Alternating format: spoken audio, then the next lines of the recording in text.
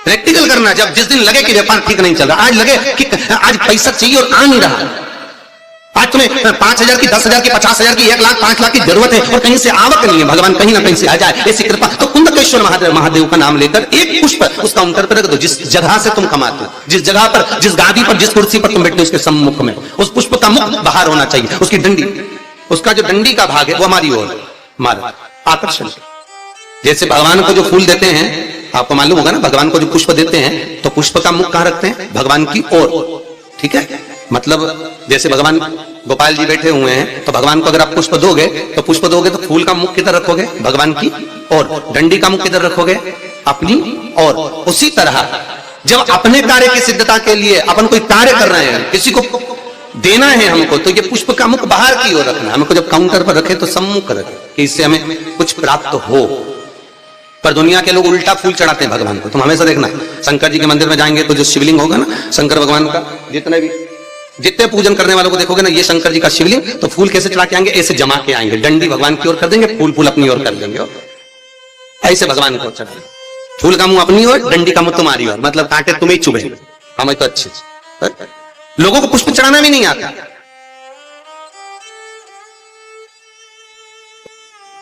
कितने पुष्प भगवान को देना चाहिए? बोलो रे भाई,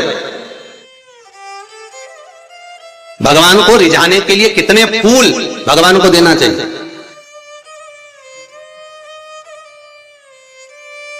बोलो तो, कितने पुष्प भगवान को समर्पित करना चाहिए? महाराज,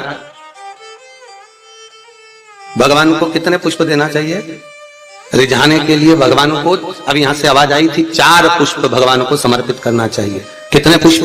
4।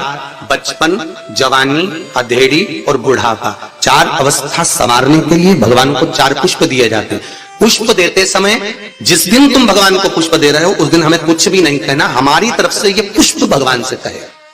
पुष्प भगवान से क्या कहता है कि भगवान मुझ में जैसी सुगंध है वैसी इसके जीवन में सुगंध देना। पुष्प कहता है भगवान जैसी मुझ में ताजगी है इसके जीवन में वैसी ताजगी देना। पुष्प कहता है भगवान जैसे मेरी पत्तियों में रस है इसके जीवन में खुशियों का रस भर देना। ये पुष्प कहता है भगवान से। हमें नहीं कहना भगवान से कुछ, भगवान को पुष्प दे दिया तो भगवान समझ गए। अब वो पहले कौन सी कंजन कहा शादी में गए थे राम, तो याद आया स्टेज पे ऐसा लड़का घुटना टेक के, हाँ ऐसे ही तो फूल था, राम ऐसे दे रहा है। तो हमने पूछ लिया भैया ये हमारे यहाँ तो ब्याह में जब भावर होती है उसके पहले जयमाला कराते हैं, माला पिना देते हैं, तो ये फूल मूल का चक्कर तो हमको समझ में ही नहीं आया। तो हमने पूछा ये फूल काय को दिया है? तो कहा गुरु जी समर्पण के लिए दिया। हमने कहा बहुत बढ़िया। तो हमने कहा गोभी का दे देता तो सब्जी तो बन जाता। हम समर्पण के भाई देव मना नहीं है, पर हमारे यहाँ ऐसा विधान नहीं है फूल वगैरह देने का।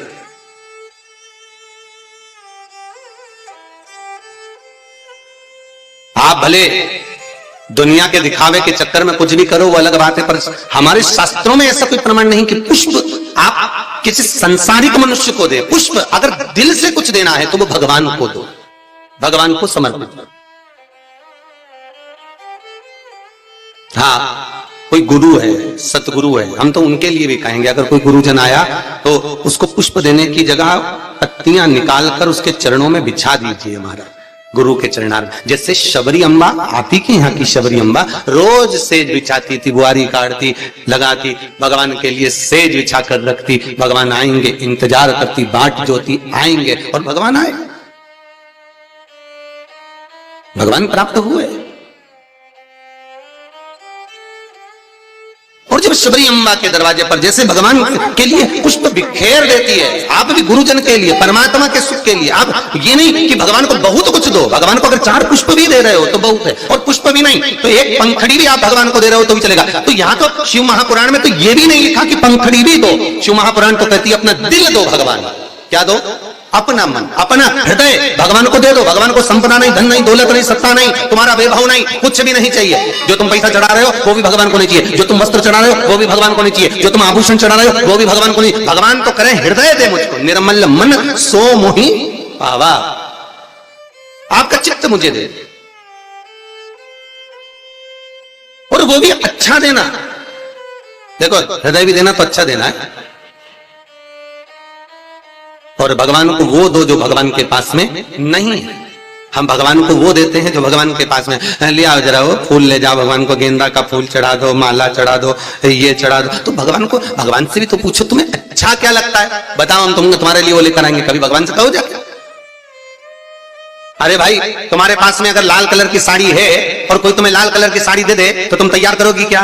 अरे बोलो तो, तुम्हारे पास तो पहले से अलमारी में 25-30 साड़ियां लाल कलर की रखी है, कोई पीली दे दे तो तुम तैयार नहीं करोगे। हाँ, ऐसा कोई कलर हो जो कलर तुम्हारे पास में नहीं है और किसी ने दिया तो तुमने उसमें तुरंत फाल पीको सब लगवा लोगों के तैयारी करके और तुरंत रख दिया। बोलो रखोगी कि रखोगी? और मालूम पड़े किसी ने लाल साड़ी दे दी, पीली दे दी, नीली दे दी, जो तुम्हारे पास में पहले से थी और अच्छी साड़ी थी तो तुमने बहू को दे दी। बोलो दी कि नहीं दी? तुम्हारे तो काम आ नहीं रही तो तुमने बहू को दे दी, और अच्छी थी तो बेटी को दे दी। थोड़ी भी साड़ी अगर गड़बड़ थी तो भागवत जी पे चढ़ा देना, ठीक है? तो भागवत पे चढ़ा होता है। कोई ने पूछा था कि गुरुजी ये दुनिया के लोग आरती में ही खोटा सिक्का क्यों चढ़ाते हैं? मंदिर में लोग खोटा सिक्का क्यों चढ़ाते? फटा हुआ नोट, खोटा सिक्का मंदिर में चढ़ाएंगे, धर्म की जगह पर चढ़ाएंगे, अच्छी जगह पर कहीं नहीं देंगे। पर तो हमने कहा भाई सीधी सीधी बात है, जो दुनिया में कहीं नहीं चलता वो इसी के पास चलता। ये निभाता यही है जिसको सब ठुकरा दे, जिसको सब निकाल दे, जो कहीं ना चले वो महादेव के चरणों में चले। एक बार शंकर के पास पहुंच जा, खोटे सिक्के को भी चपटी भभूत में है खजाना कुबेर का। बताओ भाई वो शमशान की भभूत कहीं चले? अरे बोलो तो कहीं नहीं चले। अगर कोई मुर्दा जलाने जाए तो घर आके नहाए, तो पत्नी करे बाहर बाल्टी रखिए नहा लो जा। और अगर ऐसे ही घुस जाए घर में फिर देखो तुम्हें तो अक्ल ही नहीं है, मुर्दा जला के आए हो, पूरी अक्ल वहीं पे छोड़ी आए के शमशान में। बाहर जाओ नहाओ, कपड़े भी वहीं छोड़ दो, वहीं गीले करो, जिस गाड़ी पर आए गाड़ी पर भी पानी डलवा, चप्पल भी गीली करो, मोबाइल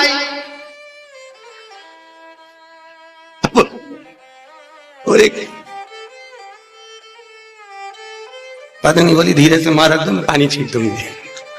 अब माता दो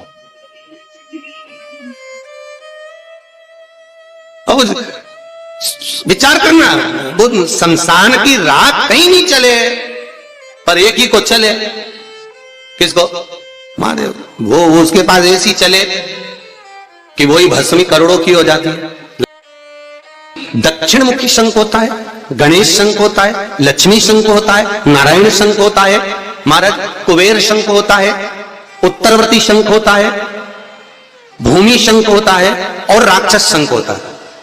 एक शंख हमारे घर में ऐसा राक्षस शंख, कहीं हम गए बाजार में और हम खरीद कर लिया, तो राक्षस जो शंख होता है जब तक वो घर के अंदर रहता है तब तक घर में अशांति बन ही रहती है। चाहे सास हो, ननंद हो, देवरानी हो, जेठानी हो, भाई भाई हो, कुटुंब कबीला हो। और कई लोग कहते हैं महाराज पत्नी का स्वभाव तीव्र है, कोई कहता माँ का स्वभाव तीव्र है, कोई कहता जेठानी का स्वभाव तीव्र है, कोई कहता पति का स्वभाव तीव्र। अर्थात याद करना मतलब तुम्हारे घर में कोई शंख ऐसा रखा हुआ है तो उसका राक्षस वृत्ति शंख रखा हुआ है, जिसके कारण बस वो राक्षस प्रवृत्ति देगा ही महाराज। उसी तरह एक गणेश शंख होता है। किसी शंख वाले की दुकान पर जाओगे, पूजन वाले की दुकान पर जाओगे तो मिलेगा गणेश शंख होता है, उसको कहना में गणेश शंख दो। तो गणेश शंख जो मिलेगा उस शंख की आकृति होती है सूंड जैसा मुड़ा हुआ। तो उस गणेश शंख में पानी डालकर महाराज उसमें एक कमलगट्टा जानते हो, किराने की दुकान पर मिलता है काले कलर का, वो कमलगट्टा उसमें पटक दिया जाता है। शुक्रवार के दिन, शुक्रवार, शनिवार और रविवार 3 दिन तक उसमें पानी भरा रहता है। सोमवार के दिन जिसकी वाणी नहीं है महाराज, जो कि हकला रहा हो, तोतरा बोल रहा हो या बिल्कुल नहीं बोलता हो, वाणी खुली नहीं रही हो महाराज, तो कुंदकेश्वर महादेव का नाम लेकर सुबह सुबह वो सोमवार के दिन उसको कुछ भी बिना खाए पिए उस पानी का आचमन कराइए, उसकी वाणी आना प्रारंभ होगी। और 5 या 7 बार कुंदकेश्वर महादेव का नाम उससे बुलवाइए महाराज, वाणी भी क्लियर होगी, हकलाना बंद होगा और उसकी आवाज बाबा की कृपा से, कुंदकेश्वर की कृपा से पुनः आएगी।